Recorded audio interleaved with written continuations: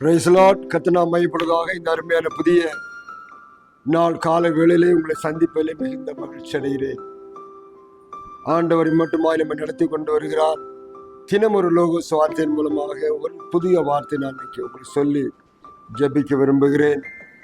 எபிரேயருக்கு 2ஆம் அதிகாரத்தில் 18ஆம் வசனம். எபிரேயர் 2:18. ஆதலால் அவர் தாமே சோதிக்கப்பட்டு பாடுபட்டதினால் அவர் சோதிக்கப்படுவர்களுக்கு உதவி செய்ய வல்லவராய் இருக்கிறார் என்று சொல்லி எபிரேயர் நிருபத்தில் நாம் வாசிக்கிறோம். அவர் தாமே சோதிக்கப்பட்டு பாடுபட்டதினால் என்கிற ஒரு வார்த்தையும், அவர் சோதிக்கப்படுவர்களுக்கு உதவி செய்கிறாருங்கிற இன்னொரு வார்த்தையை நாம் வாசிக்கிறோம். இங்கே இயேசு கிறிஸ்துவானவர் பற்றி சொல்லப்பட்டிருக்கிறது. இயேசு கிறிஸ்துவானவர்கள் சோதிக்கப்பட்டார், பாடுபட்டார், தம் ஜீவனையே கொடுத்தார். நமக்கு முன்பாய் அவர் கஷ்டங்களை சகித்தார். எப்படின்னு பார்த்தா, அவர் நல்லவராய் இருந்ததுனாலே, பாவமே செய்யாதவராய் இருந்ததுனாலே அவர் பல விதங்களிலே சோதிக்கப்பட்டார். எல்லாரையும் போல அல்ல சோதனை. என்னில எவராவது பாவம் உண்டு யாராவது சொல்ல முடியுமான்னு கேட்ட ஒரே தெய்வம் சோதனை. ஒரு குற்றம் கூட, ஒரு பாவம் கூட செய்யாத ஒரே ஒரு தெய்வம் என்று சொல்லி பாடல்களை பாடுகிறார். அவர் சோதிக்கப்பட்டு பாடுபட்டார் என்று சொல்றார். அவருடைய சுவிசேஷ புஸ்தகத்தை நாம் வாசிக்கும் போது, அவர் சோதிக்கப்பட்டார். பிசாசினாலே சோதிக்கப்படும்படி அவர் வனாந்தரத்துக்கு கொண்டு போகப்பட்டார். பலவிதமான சோதனைகள், பசியா இருந்ததுனால பிசாசனோட சோதிக்கும்படி வந்தார். அவர் எப்படியாவது அவர் பக்கம் இழுத்திடலாம், பிசாசு பக்கம் இழுத்திடலாம் சோதிக்கும்படி வந்தார். ஆனால் அவன் 3 விதமான சோதனையை கொடுத்தார். முதல்ல கல்லுகளை அப்பமாக்கும்படி செய்தார். அப்புறம் அடுத்ததாக ஆலயத்தின் மேலே கொண்டு போய் குதிக்க சொன்னார்.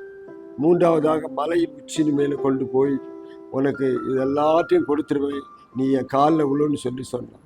ஆனால் அந்த 3 சோதனைகளிலும் அவர் தம்மை விட்டு கொடுக்கவும் இல்லை, அவர் விழுந்து போகவும் இல்லை. அந்த சோதனையில் அவர் ஜெயித்தார். வசனம் சொல்லுகிறது, கடைசியில் அப்பாலே போ பிசாசேன்னு சொல்லி ஜெயித்தார். அவர் எந்த விதத்திலும் பிசாசுடைய வார்த்தைக்கு அவர் என்ன செய்யல, ஒத்து போகவில்லை. அதே போலதான் அவர் இருந்தார். கடைசியாக அவர் வந்த நோக்கத்தை நிறைவேற்றினார். இந்த உலகத்தில் வந்த நோக்கம் பாடுகள் பட வேண்டும், பாவங்களை சுமக்க வேண்டும் என்கிற பாடுகள் பட்டு அவர் என்ன செய்தார், கடைசி நிமிஷம் வரையில் சொல்லுது அவர் தம்முடைய ஜனங்களின் பாவத்தை சுமந்து தீர்த்தார். அதான் பாடுகள். அவர் தீமை செய்த அல்ல, அநியாயம் செய்த அல்ல. அவர் அக்கிரமக்காரன் ஒருவராக எண்ணப்பட்டார். ஆனா அவர் அக்கிரமக்காரன் அல்ல.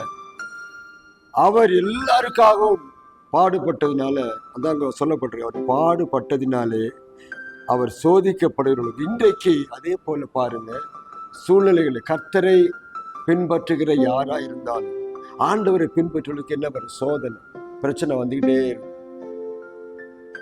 வேதனை வந்துகிட்டே இருக்கும். சோதனை அன்றியும் தேவபக்தியாய் நடக்க மனதாய் இருக்கிற யாவரும் துன்பப்படுவார்கள், சோதனையில மாட்டுவார்கள், பிரச்சனைகள் அவளுக்கு வரும். சோதனை உலகத்தோடு ஒத்து போனா பிரச்சனை இல்லை. இப்ப 6 போற வழியில இருந்தா அப்படியே ஆட்டை அடிச்சு கொண்டு போயிட்டே இருக்கும். ஆனா எதிர்நீச்சல் போடணும், 6 வர வழிக்கு எதிராக போடுங்கிற போது பிரச்சனை ஆரம்பிச்சு. அப்போதான் சொல்லுவாங்க ஜனங்கள், அவங்களை பார்த்து சொல்லுவாங்க, என்னடா உழைக்க தெரியாத ஆளா இருக்கிறீங்க, எப்ப பார்த்தாலும் நேர்மை உண்மைன்னு பேசுறீங்க. யாரெல்லாம் உண்மையா இருக்கணும், நேர்மையா இருக்கணும், இயேசு சொன்ன வழியில நடக்கணுங்க நினைச்சீங்கன்னா உங்களுக்கு சோதனை ஸ்டார்ட் ஆயிடும். அப்பவுமே ஆயிடும். பல விதங்களிலே நமக்கு எதிர்ப்புகள் உண்டாகும், பிரச்சனைகள் உண்டாகும், கஷ்டங்கள் உண்டாகும், பண இழப்புகள் உண்டாகும், வேதனைகள் உண்டாகும், அவமானங்கள் உண்டாகும். இயேசுக்கு வந்த அவமானம் பாருங்க, இயேசு என்னெல்லாம் பண்ணார், அதெல்லாம் அவர் சகித்ததுனால சொல்றாரு, இன்னைக்கு உங்களுக்கு அப்படி பிரச்சனை வரும்போது பாருங்க, உலகத்தில் உங்களுக்கு உபத்திரம் உண்டு, ஆனாலும் தெரிந்து கொள்ளுங்கள், நான் உலகத்தை ஜெயித்திருக்கிறேன், உங்களுக்கு ஜெயித்தை கொடுக்கும்படி இதோ வந்திருக்கிறேன்னு சொல்லி கர்த்தர் இன்னைக்கு சொல்றது. காலவெளியில அருமையான உங்க வாழ்க்கையில பிரச்சனை மேல பிரச்சனை இருக்கிறீங்களா, சோதனை தாங்க முடியல, ஆண்டவர் ஏதாவது எனக்கு பண்ணுங்கன்னு சொல்லி ஜெபித்து கொண்டு இருக்கிறீங்களா? ஆண்டவரே, நான் உமக்காக வாழ்கிறதுனாலே, உமக்காக உண்மையா இருப்பதுனாலே, உண்மையை ஆராதிப்பதுனாலே எனக்கு கஷ்டத்திலே கஷ்டம் இருக்குன்னு நீங்க நினைக்கிறீங்களா? கர்த்தர் சொல்லுகிறார், உங்களுக்கு உதவி செய்ய அவர் வல்லவராக இருக்கிறார். எந்த விதத்திலே உதவி செய்யணும்னு சொன்னீங்கன்னா கர்த்தர் கண்டிப்பா செய்வார். ஆண்டவரே, இந்த விஷயத்துல, இந்த வேலையில இந்த மாதிரி பிரச்சனை, எனக்கு ஒரு அற்புதம் செய்யுங்கன்னு கேளுங்க. குடும்பத்துல இந்த மாதிரி பிரச்சனை, சமாதானம் இல்லை, ஒரு அற்புதம் செய்யுங்கன்னு கேளுங்க. புருஷன் மனைவிக்கு இடையில பிரச்சனைகள், நாங்கள் பேசிய பல மாதம் ஆகிறது என்று சொல்லி இருக்கிறீங்களா? ஆண்டோட சொல்லுங்க, உங்களுக்கு உள்ள சோதனையிலிருந்தே அவர் உங்களுக்கு உதவி செய்ய வல்லவராக இருக்கிறார். அது மாத்திரமல்ல, நீ நன்மை செய்யறதுனாலே உங்களை பயங்கரமான பட்டம் கட்டி உட்கார வச்சுட்டாங்க. பயப்படாது. வசனம் சொல்லுகிறது, ஆண்டவர் என்ன தவறு பண்ணாருன்னு சொல்லி அவரை சிலுவையில் அறிஞ்சாங்க. சற்று யோசனை பண்ணி பாருங்க. ஒரு தவறுமே செய்யாதனால்தான் சிலுவையில் அறிஞ்சாங்க. எல்லா தவறையும் செய்து மற்றவங்களை போல இருந்திருந்தா அவர் சிலுவையில் அறிந்திருக்க மாட்டாங்க. இன்றைக்கும் எல்லாரையும் போல நீங்க இருந்திருந்தீங்கன்னா உங்களுக்கு எந்த பிரச்சனையும் வராது தற்சமயத்துக்கு. ஆனா அது முக்கியமல்ல, அது நல்ல காரியம் அல்ல. கர்த்தருக்காக இந்த கால்வெளியில ஒப்புக்கொடுங்க. தேவன் உங்களை நோக்கி பார்த்து உங்களை ஆசீர்வதிக்க வந்திருக்கிறார், உதவி செய்ய வந்திருக்கிறார். எந்த கோணத்தில் உங்களை உதவி செய்ய வேண்டும்? சரீரப்பிரகமான பிரச்சனையா, சோதனை மேல சோதனை, எப்போ பார்த்தாலும் நோயா, அதில் அவர் உதவி செய்ய வல்லவராக இருக்கிறார். ஆத்மாவில் சமாதானம் இல்லாத பிரச்சனையா, உதவி செய்ய வந்திருக்கிறார். அவரால் உதவி செய்யக்கூடும். அவர் வல்லமையுள்ள தேவனாய் இருக்கிறார். அந்த குழியிலிருந்து உங்களை தூக்கி எடுக்க வல்லமுள்ள தேவனாய் இருக்கிறார். எனக்கு இந்த பிரச்சனை வேண்டான்னு விட்டாலும் அது திரும்ப என்னோடத்துல வருகிறது. இந்த பாவம் எனக்கு வேண்டான்னு சொல்லி ஒதுக்கி வச்சாலும் திரும்ப என்னை பின்தொடர்கிறது.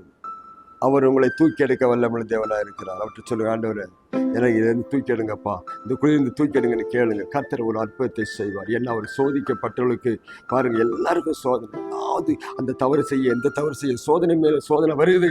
கர்த்தர் ஒருவர் உங்களுக்காக இருக்கிறார். அவர் சோதனையிலே ஜெயித்த தேவன்.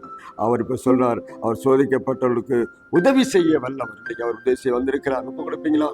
ஆண்டவரே, என்ன உதவி செய்யணும் கேட்பீங்களா? கர்த்தர் உங்களை ஆசீர்வதிப்பார். நான் உங்களுக்கு ஆட்சேபிப்பேன். பரலோகத்தின் பிதாவே, நல்ல ஆண்டவரே, இந்த அருமையான காலை வேளையில ஆண்டவரே, இந்த லோகோஸ் வார்த்தையின் மூலமா நீ எங்களோடு பேசிக்கொண்டு இருக்கிறதுக்காக ஸ்தோத்திரமா. ஆண்டவரே, நீ சோதிக்கப்பட்டதினாலே சோதிக்கப்படுகிறவர்களுக்கு உதவி செய்ய வல்லவராக இருக்கிறேன் என்பதை நாங்கள் அறிந்து நடக்க உதவி செய்யும். மண்டை வருகிறோம். ஒரு பிரச்சனை, கண்ணீர்கள், கஷ்டங்கள் எல்லாம் சமூகத்தில் சொல்லுகிறோம். கர்த்தர் ஒரு அற்புதம் இந்த காலைகளை எங்களுக்கு செய்யும்படி ஒப்புக் கொடுக்கிறோம். இதை பார்த்து கொண்டிருக்கிற, இதை கேட்டுக்கொண்டிருக்கிற எல்லா தேவ பிள்ளைகளுக்கும் வல்லமை வெளிப்படும்படி செபிக்கிறோம். கால வேலை அதிசயமான, ஆச்சரியமான ஒரு ஆசீர்வாதத்தின் வேலையாய் மாற்றிக்கொள்ளும். கண்ணீர்கள் துடைக்கப்படட்டும், கஷ்டங்கள் மாறட்டும், வேதனைகள் மாறட்டும். ஆண்டவரே, உங்களுடைய வசனத்தை அனுப்பும்படி செபிக்கிறோம். கிருபைகள் மனிதர்கள் நாமத்தில் இயேசுவின் நாமத்தில் செபிக்கிறோம். கர்த்தர் உங்களை ஆசீர்வதிப்பாராக. தொடர்ந்து உதவி செய்ய வல்லமுள்ள தேவன் நோக்கி பாருங்க. கர்த்தர் பெரிய காரியம் தினமும் இன்னும் ஒரு சந்திக்கும் கர்த்தர் நம்மை ஆசீர்வதிப்பாராக.